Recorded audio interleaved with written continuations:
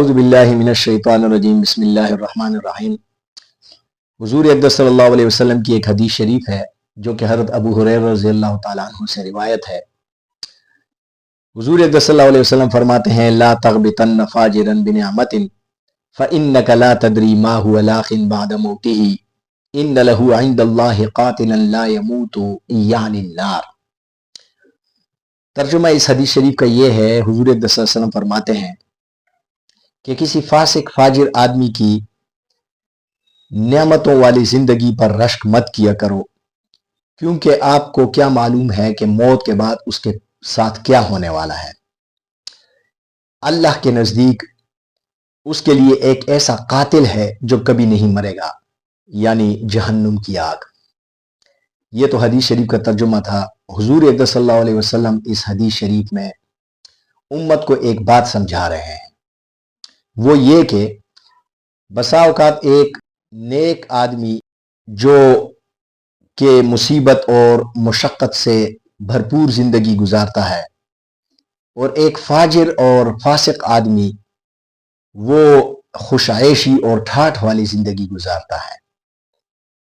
تو جو نیک آدمی ہوتا ہے وہ فاجر آدمی کی ٹھاٹھ والی زندگی سے کبھی کبھی متاثر ہو جاتا ہے، اور اس کے دل میں بھی یہ خواہش کہیں نہ کہیں اجاگر ہونے لگتی ہے کہ وہ بھی اس قسم کی زندگی گزارے۔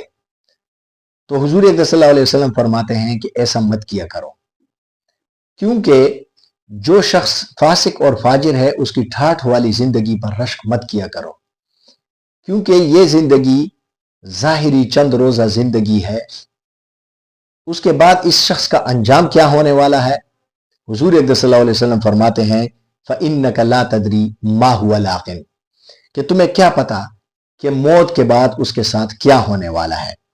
اور پھر آپ صلی اللہ علیہ وسلم اس کی وضاحت بھی فرماتی کہ موت کے بعد اس کا سامنا ایک ایسے قاتل سے ہونے والا ہے جو کبھی نہیں مرے گا، یعنی جہنم کی آگ میں وہ ہمیشہ کے لیے جلتا رہے گا۔ تو انسان کو ہر حال میں اللہ کا شکر ادا کرنا چاہیے۔ حضور اقدس صلی اللہ علیہ وسلم اس حدیث شریف میں یہی تعلیم اپنی امت کو دے رہے ہیں کہ اپنی جو بھی تمہاری حالت ہے اس پر تم شکر ادا کیا کرو، بشرطے کہ تمہاری زندگی نیکی والی زندگی ہو۔ جب تمہیں وہ مل جائے تو پھر ظاہری مشقت اور تکالیف اور امتحانات سے بد دل مت ہوا کرو، وہ زندگی تمہاری امتحانات لینے کے لیے ہے۔ اور دوسری طرف جو فاجر آدمی ہے اس کی خوش عیشی والی زندگی یہ کوئی اچھی زندگی نہیں، بلکہ یہ ایسا ہی ہے جیسا کہ موت کی سزا پانے والے شخص کو موت سے چند دن پہلے راحت دی جاتی ہے، اس کی ہر خواہش پوری کی جاتی ہے، یا کسی بکرے کو ذبح کرنے سے پہلے اس کو کھلایا پلایا جاتا ہے۔ تو اس کا مطلب یہ نہیں کہ وہ شخص کسی واقعی آرام دہ زندگی گزار رہا ہے، بلکہ چند دن بعد اس کے ساتھ جو حادثہ پیش آنے والا ہے وہ بہت ہی ہولناک ہے۔ لہٰذا اللہ تعالیٰ کی شکر گزاری میں ہر وقت مصروف رہنا چاہیے اور اپنی زندگی کو نیک اعمال والی زندگی بنانی چاہیے۔ جب زندگی ایسی ہو جائے تو پھر اگر ظاہری تکالیف اور مشقت بھی ہو تو کوئی بات نہیں۔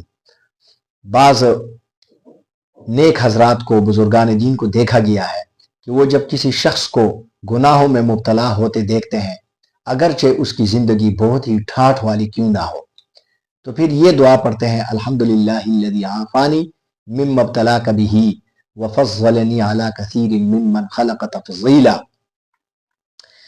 حضور اقدس صلی اللہ علیہ وسلم یہ دعا اس موقع پر پڑھا کرتے تھے جب کسی شخص کو مصیبت میں مبتلا دیکھتے تھے۔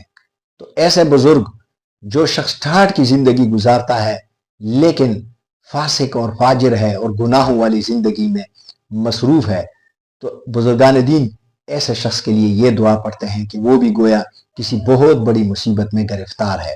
اللہ تعالی ہمیں عمل کی توفیق عطا فرمائے۔ وآخر دعوانا الحمدللہ رب العالمین۔